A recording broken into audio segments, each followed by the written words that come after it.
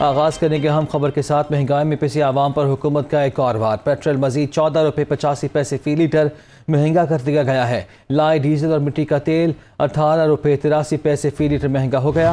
Petrol की कीमत 248 रुपये 74 पैसे फ़ी लीटर हो गई है। डीजल की कीमत 276 रुपये 54 पैसे फ़ी लीटर हो गई है। तो आवाम के लिए नई मुश्किल है, नई परेशानी है, क्योंकि महंगाई में भी इससे इजाफा होगा और दिन ब दिन सूरत हाल जो है वो बदतर होती जा रही है।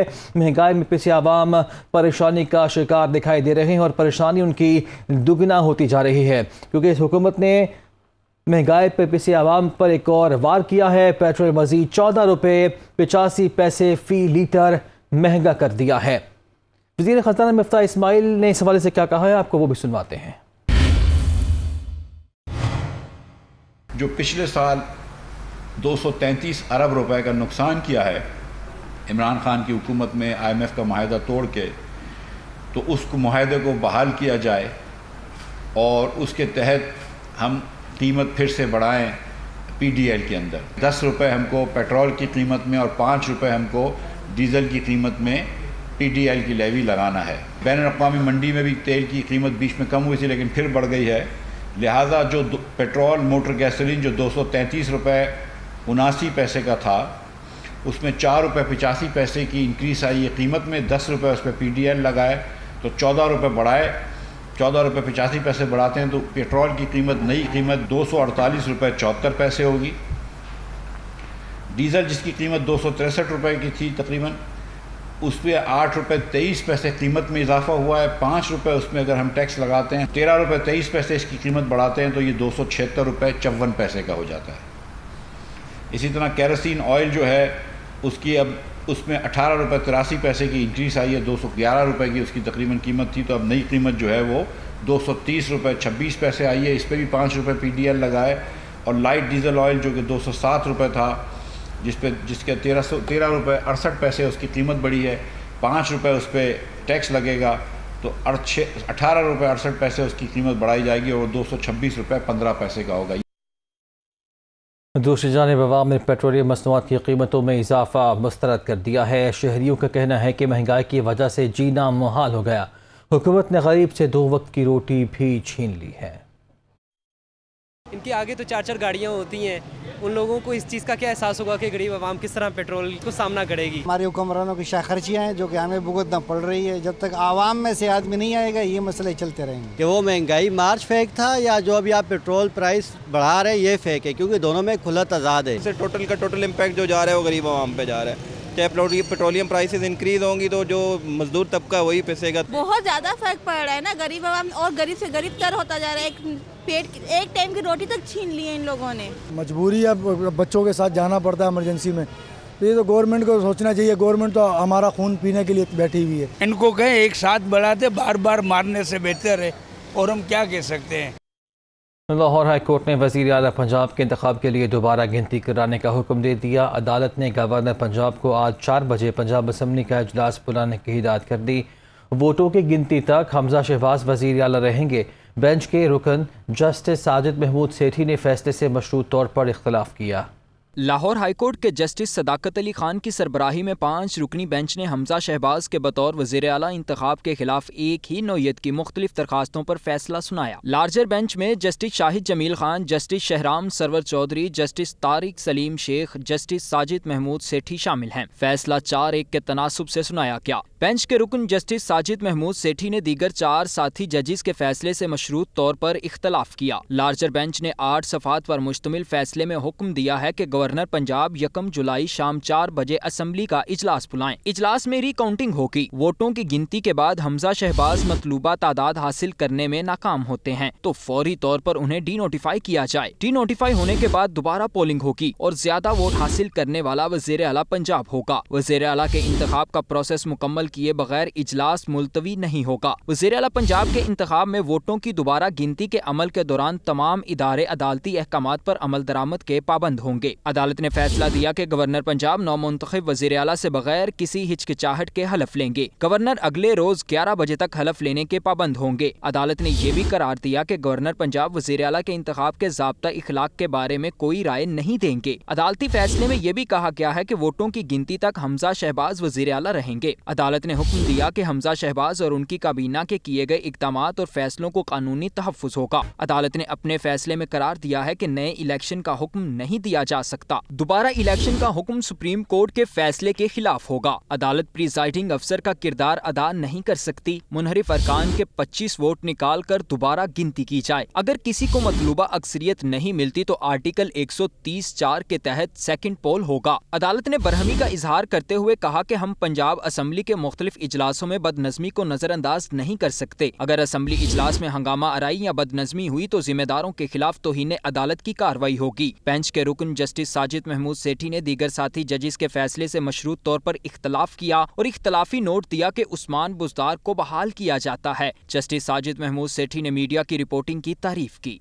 वज़ीर इत्तलात मरियम औरंगज़ेब ने कहा है कि लाहौर हाई कोर्ट के फैसले के मुताबिक जब तक दोबारा गिनती नहीं होती हमजा शहबाज ही वज़ीर आला पंजाब हैं। फैसलों के खिलाफ नारे लगाने वाले किस मुँह से सुप्रीम कोर्ट जाएंगे? मरियम औरंगज़ेब का कहना था कि इमरान खान अपनी नाकामी के मातम में मसरूफ़ हैं। बताएं, साजिश हो रही थी तो फिर असम्बली तहलील क्यों नहीं की?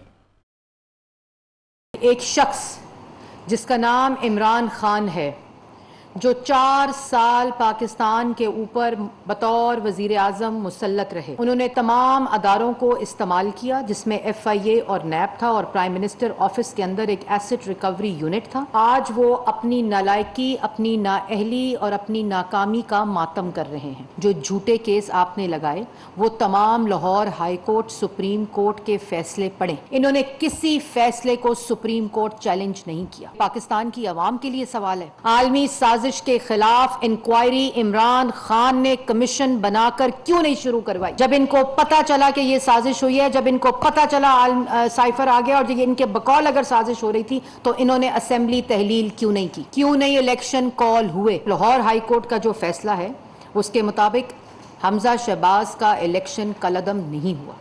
हमजा शहबाज को ओहदे से हटाया नहीं गया। बुज़दार साहब को बहाल नहीं किया गया। जब तक ये इलेक्शन नहीं हो जाता, री वोटिंग नहीं हो जाती, हमजा शहबाज साहब चीफ मिनिस्टर पंजाब हैं। कह रहे हैं हम सुप्रीम कोर्ट जाएंगे, और वो सुप्रीम कोर्ट जहां आइन शिकनी का सर्टिफिकेट आपका मौजूद है, जो आपने अदम एतमाद के वक्त की आइन शिकनी स्पीकर से कराई, डिप्टी स्पीकर से कराई, वो आइन शिकनी उसके वो मुंह लेकर सुप्रीम कोर्ट जाएंगे?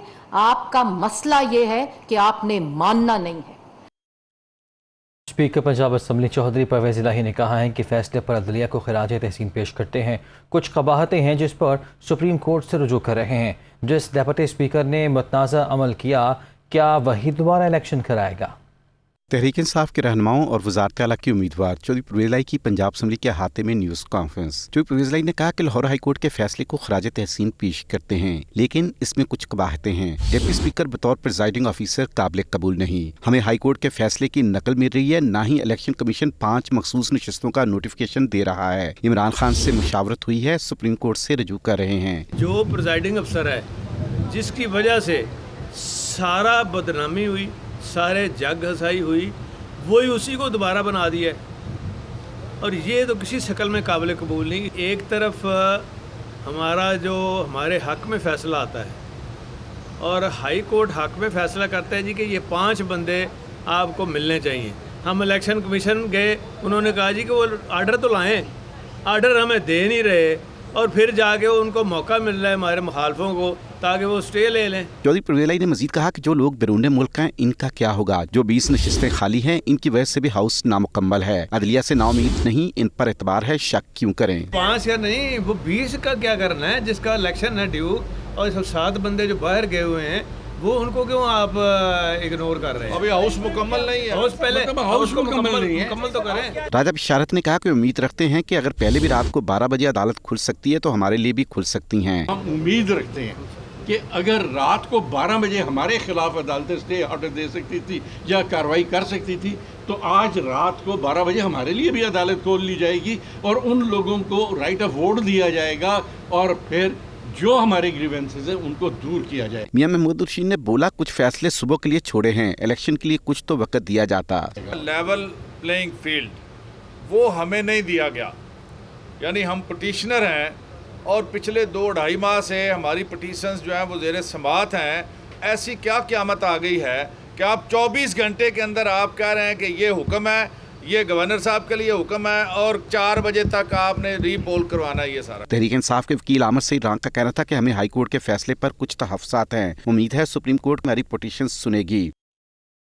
नायब सदर मुस्लिम लीग नून मरियम नवाज ने कहा है कि पंजाब को एक बार फिर बहरानों में धकेलने वालों को लेने के देने पड़ गए। एक ट्वीट में कहा, पंजाब के मैंडेट को एक बार फिर धांधली से हथियाने की कोशिश करने वाले अब इंतखाब रोकने पर बज़िद हैं, क्योंकि उनके अपने बहुत सारे अरकान उड़ान भरने को तैयार बैठे हैं। हुकूमत ख़त्म करते करते अपनी गिनती पूरी करने के लाले पड़ गए। 2018 में पंजाब के आवाम से उनका मैंडेट छीनने से लेकर मनीगाला गैंग के ज़रिए पंजाब के पैसे और वसाइल पर डाके डालने और अब पंजाब के आवाम का हक इनको ना लेने देना। मुस्लिम लीग नून के रहनुमा अताउल्लाह तारक ने कहा है कि लाहौर हाई कोर्ट ने हमजा शहबाज का बतौर वज़ीर आला इंतखाब का लदम करार दिया है, ना ही उन्हें ओहदे से हटाया है। बतौर वज़ीर आला पंजाब हमजा शहबाज के फैसलों को तहफ़्फ़ुज़ दिया गया है। लाहौर हाईकोर्ट के बाहर मुस्लिम लीग नून के रहनुमाओं की मीडिया से गुफ्तगू। अताउल्लाह तारक ने बताया कि सुप्रीम कोर्ट ने 63A से मुतल्लिक तशरीह में कहा है कि पार्टी हिदायत के खिलाफ वोट शुमार नहीं होगा। लाहौर हाईकोर्ट ने हमजा शहबाज का बतौर वज़ीर आला इंतखाब का लदम करार दिया है, ना ही उन्हें ओहदे से हटाया है। बतौर वज़ीर आला पंजाब हमजा शहबाज के फैसलों को तहफ़्फ़ुज़ दिया गया है। मुस्लिम लीग नून के रहनुमा अताउल्लाह तारक ने मजीद कहा कि पंजाब असम्बली में हमें 9 वोटों की बरतरी हासिल है। 25 अरकान को निकाल भी दें तो भी हमारे अरकान की तादाद 177 है। हम ये रन ऑफ इलेक्शन भी जीत जाएंगे। अदालती हुक्म में अहम बात यह है कि वज़ीर आला के इंतखाब के अमल को सबूताज किया गया तो तौहीन अदालत होगी। हमारी जो तादाद है इस वक्त वो 177 है, 177 तादाद है। जो तहरीक इंसाफ और काफली का इत्तेहाद है उनकी तादाद 168 है, 168। तो हम अल्लाह ताला के फजल से 9 वोटों की इस वक्त बरतरी के ऊपर हैं। और क्योंकि ये पिछले इलेक्शन का तसलसल है और आइन में ये दर्ज है कि ये रन ऑफ इलेक्शन होगा। लीगी रहनुमा राना मशहूद ने कहा कि हमजा शहबाज वज़ीर आला पंजाब हैं। इस अमल पर जितने भी खदशात थे वो खत्म हो जाएंगे।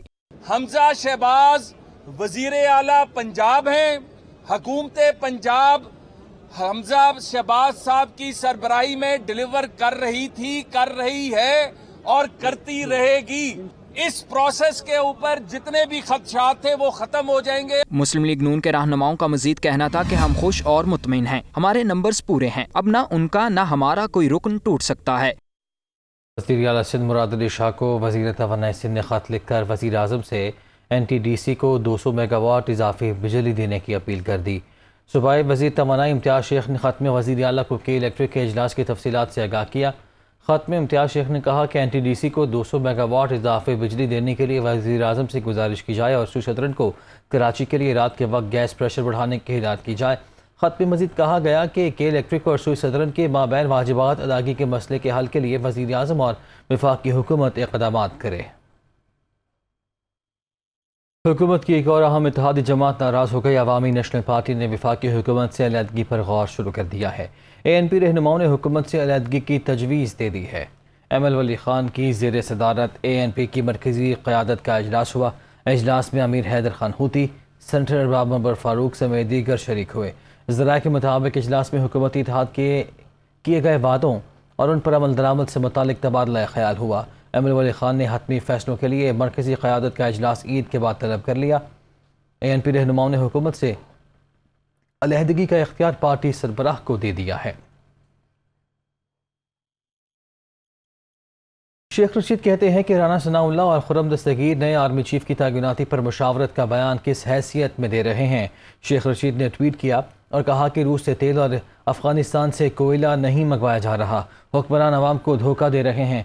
गंदम का बहरान आने वाला है। लोड शेडिंग और महंगाई ख़त्म न हुई तो लोग खुद ब खुद सड़कों पर होंगे। उन्होंने मजीद कहा कि इसहाक डार तो क्या बिल गेट्स को भी बुला लें, मुल्क इनसे नहीं चल सकता, फौरी इंतखाबात करा लें वरना कुछ भी हो सकता है। अदाकारा सूफिया मिर्ज़ा की बेटियों का कहना है कि वो अपनी मर्ज़ी से दुबई में अपने वालिद शेख उमर फारूक के साथ रह रही हैं। उनकी वालिदा का मकसद सिर्फ पैसा और शोहरत हासिल करना है। सूफिया मिर्ज़ा की दोनों बेटियों ने कहा है कि वो अपने वालिद के साथ खुश हैं। वो दुनिया न्यूज़ से खुसूसी गुफ्तगू कर रही थी। Happy in Dubai. I have my friends, my everything in school. It's all comfortable here, and everything that's on the media is basically just fake. She's doing it to gain publicity and attention because she's not getting any. She's retired, finished. So I feel like she just thinks that she can keep going on the media and saying fake things and no one's going to find out. What she's doing is basically she's just making fake problems to try and gain attention and publicity from this. But none of it is true because we're living happily with our father in Dubai and we choose to live with him. So it's not like we're living here against our will and that he's forcing us to say any of this. We're saying this ourselves because we want to live here with our dad and we don't want to live with her. Basically, my mother, she's only after money. Before जब हमने contact किया तो उनको हम बातें कर रहे थे साथ, she told me you should go try these codes and your dad's safe, get your passports and get your money and come to me in Pakistan. जब हमने उसको कहा था हमारा नहीं दिल आसे करने पे, वो हमारे सारे messages ignore कर रही थी। हमने उनको बहुत ज़्यादा बार बोले थे दुबई आ जाओ हमको मिलने। वो आई थी 2017 में, लेकिन बच्चे को नहीं मिलने, वो सिर्फ आई थी अपने मॉडलिंग के लिए और से वो चली गई थी। खबर है चित्राल से, जहां पे ग्लेशियर फटने से मकामी बरसाती नाले में तूफ़ानी आ गई। 2 आरज़ी पुल रैले में बह गए। चित्राल के इलाके आलकरी में ग्लेशियर फट गया। ग्लेशियर फटने से मकामी बरसाती नाले में शदीद तूफ़ानी आ गई, जिससे 2 लकड़ी के पुल बह गए। मकामी इंतज़ामिया के मुताबिक तूफ़ानी से जानी या माली नुकसान की इत्तला मौसूल नहीं हुई। कराची में पीपल्स बस सर्विस के रूट 2 का आगाज़ आज होगा। सूबाई वज़ीर ट्रांसपोर्ट सिंध शर्जील मेमन कहते हैं कि दूसरे रूट पर नॉर्थ कराची से इंडस अस्पताल कुरंगी तक बसें चलाई जाएंगी। शर्जील मेमन ने ट्वीट में कहा, पीपल्स बस सर्विस बरास्ता नागिन चुरंगी, शफीक मोड़, सोहराब गोट, गुलशन चुरंगी, जोहर मोड़, ड्रग रोड, सिंगर चुरंगी तक जाएगी। महकमा ट्रांसपोर्ट सिंध के मुताबिक पीपल्स बस सर्विस के तहत 7 रूट्स पर बसेस चलाई जाएंगी। इब्तिदाई तौर पर पहले रूट में मलीर मॉडल कॉलोनी से टावर तक बसें चलाई जा रही हैं। खैबर पख्तूनख्वा में ख्वाजा सराओं की फलाह बहबूद के लिए हर साल बजट में करोड़ों रुपए तो मुख्तस किए जाते हैं, लेकिन ख्वाजा सराओं की हालत बदली ना जा सकी। ख्वाजा सरा कहते हैं कि फ़ंड्स खर्च होते हैं और ना ही फलाह बहबूद के इक़दामात उठाए जाते हैं। तफसीलात बता रहे हैं पेशावर से समीन जान अपनी रिपोर्ट में। खैबर पुख्तूनख्वा में ख्वाजा सराओं के हालात बेहतर ना हो सके। हर साल बजट में करोड़ों रुपए तो मुख्तस किए जाते हैं, लेकिन उसके समरात ख्वाजा सराओं तक नहीं पहुंच पाते।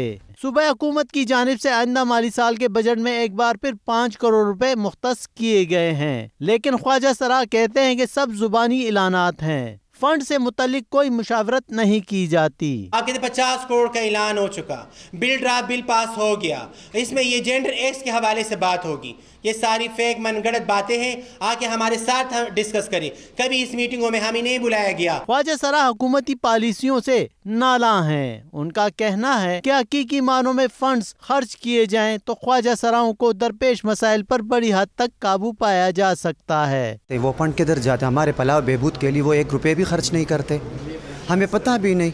सीनियर इस पे कोई स्टेप उठा दे, और अगर सच में किसी के पास ही पैसे हो तो आया फिर सब ख्वाजा सरा पे राज्य खुद ब खुद सही हो जाएंगे। बजट के अलावा सूबा हुकूमत की जानिब से ख्वाजा सराओं की फलाह बहबूद के लिए 50 करोड़ रुपए से इंडोनमेंट फंड भी कायम किया गया है। हुकूमत की जानिब से ख्वाजा सराओं के फलाह बहबूद के लिए इक़दामात काबिल सताइश है, ताहम ख्वाजा सराओं तक उसके समरात पहुँचाने के लिए हिकमत अमली तय करना भी ज़रूरी है। कैमरामैन शाहिद रसूल के साथ समीन जान, दुनिया न्यूज़, पेशावर। आगे बढ़ते हैं। खबर है खेल के मैदान से। पाकिस्तान फुटबॉल के लिए अच्छी खबर, फीफा ने पाकिस्तान की इंटरनेशनल रुकनीत बहाल कर दी है। पाबंदियां भी ख़त्म हो गई। हुकाम ने मुल्की सतह पर फुटबॉल सरगर्मियों का सिलसिला भी बहाल करने का आज़म जाहिर कर दिया। मतवाज़ी एसोसिएशंस फुटबॉल हाउस पर कब्जा और फंड्स के हुसूल पर पाकिस्तान में फुटबॉल का खेल इंतहाई मुतासर हुआ। सिर्फ खिलाड़ियों का मुस्तकबिल ही दाव पर नहीं लगा, बल्कि आलमी बॉडी फीफा ने गुज़श्ता साल अप्रैल में पाबंदी आयद कर दी थी। इसके बाद फीफा ही की नुमाइंदा नॉर्मलाइजेशन कमेटी ने तमाम ज़ाब्तों को पूरा किया, जिस पर अब पाकिस्तान की इंटरनेशनल रुकनीत बहाल कर दी गई है। फुटबॉल के आलमी दरवाजे खुल जाने पर मुल्क भर में भी खेल के मैदान आबाद होंगे। दौरा श्रीलंका की तैयारियों के सिलसिले में कौमी टीम का इंट्रा स्क्वाड मैच शुरू हो गया। कप्तान बाबर आजम 44 रन्स बनाकर आउट हुए। फवाद आलम, आगा सलमान, सरफराज अहमद और मोहम्मद नवाज ने 50s मुकम्मल की। रावलपिंडी में जारी तरबीती कैंप में कौमी टेस्ट खिलाड़ी एक रोज़ आराम के बाद दोबारा इन एक्शन हुए। ओपनर अब्दुल्ला शफीक 24, साउथ शकील 40 रन्स बनाकर आउट हुए। कप्तान बाबर आजम ने 44 रन्स बनाए। फवाद आलम और मोहम्मद नवाज ने निस्फ सेंचुरियाँ मुकम्मल की। आगा सलमान 69 रन्स के साथ नुमाया रहे, जबकि सरफराज अहमद 51 रन्स रिटायर्ड हट हुए। बाबर आजम ने एक बार फिर बॉलिंग के जौहर भी दिखाए। उन्होंने 4 ओवर कराए, 2 मेडन, जबकि 2 में 17 रन्स दिए।